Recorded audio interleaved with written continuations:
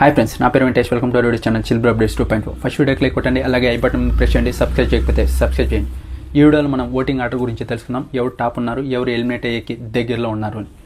ఇంకా టాప్లో వచ్చేసి ఓటింగ్లో తనుజ ఉంది.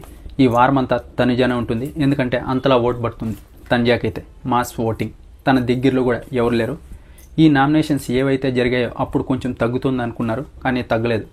ఇక్కడ బయట నుంచి చూసి వెళ్ళి ఆయిషా నామినేట్ చేసింది, కానీ అక్కడ తనుజ కూడా బాగానే డిఫెండ్ చేసుకునింది.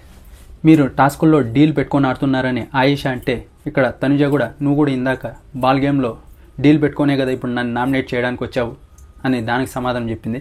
ఇంకా ఆ తర్వాత వచ్చేసి నువ్వు ఎమోషనల్ అవుతున్నావంటే, ఇంతకు ముందర నువ్వు కూడా బాల్ దొరకలేదని బాత్రూమ్కి వెళ్ళి ఏడ్చావు, నువ్వు వచ్చి నాకు చెప్తావా అంది.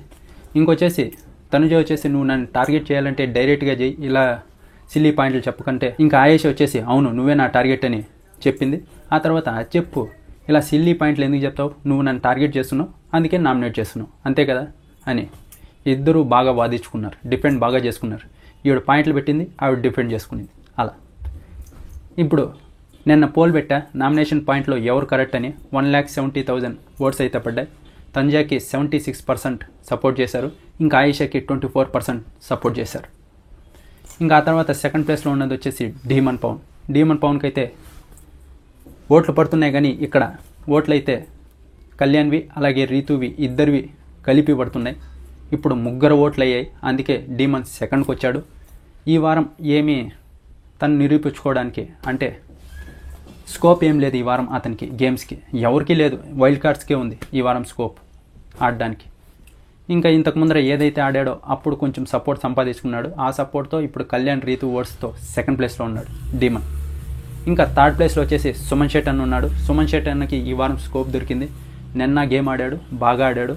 అలాగే ఈ వారం కూడా ఈరోజు కూడా కెప్టెన్సీ టాస్క్ గౌరవ్ అలాగే సుమన్ అన్న ఆడతారు, అది వాళ్ళే గెలిచారు. ఆ టాస్క్ ఏంటి అని ఆల్రెడీ చెప్పేశా. దీంట్లో కూడా సుమన్ అన్న గెలిచాడు. ఇంకా సుమనానికి అయితే ఫస్ట్ నుంచి ఓటింగ్ పడుతూనే ఉంది కాబట్టి ఈ వారం కూడా థర్డ్ ప్లేస్లో ఉన్నాడు, బాగా పర్ఫామ్ చేస్తున్నాడు, పికప్ అయ్యాడు సుమన్ అన్న అయితే. ఇంకా ఆ తర్వాత నెక్స్ట్ వచ్చేసి బర్నీ గారు. బర్నీ గారికి ఓటింగ్ బ్యాంక్ అంతగా క్రియేట్ అవ్వలేదు, ఆయనకి హౌస్లో ఉన్నంత క్రేజ్ బయట అయితే లేదు. ఇంకా ఆయన వచ్చి 4th ప్లేస్లో ఉన్నాడు. ఇంకా 5th ప్లేస్లో వచ్చేసి దివ్య, 6th వచ్చేసి రాము ఉన్నారు. వీళ్ళు 5, 6 వచ్చేసి కిందకి మిందకి వెళ్తూ ఉన్నారు. అంటే ఒకరికే ఒకసారి 5thలో రాము ఉంటే ఒకసారి 6thలో దివ్య ఉంటుంది, 5thలో దివ్య ఉంటే 6thలో రాము ఉంటున్నాడు. వీళ్ళిద్దరికీ ఎక్కువ ఛాన్స్ ఉంది ఎలిమినేట్ అవ్వడానికి. రాము, దివ్య వీళ్ళిద్దరిలోనే ఒకరు ఎలిమినేట్ అవుతారు, కానీ ఎలిమినేషన్ రౌండ్లోకి మటుకు వీళ్ళని తీసుకుంటారు, బర్నీ గారిని తీసుకుంటారని నాకు గట్టి నమ్మకం. బర్నీ గారు, రాము, బర్నీ, దివ్య ఇలా ప్లాన్ చేస్తారనుకుంటా. వీళ్ళల్లో ఎవరు ఎలిమినేట్ అవుతారని మీరు అనుకుంటున్నారో కింద కామెంట్ బాక్స్లో చెప్పండి.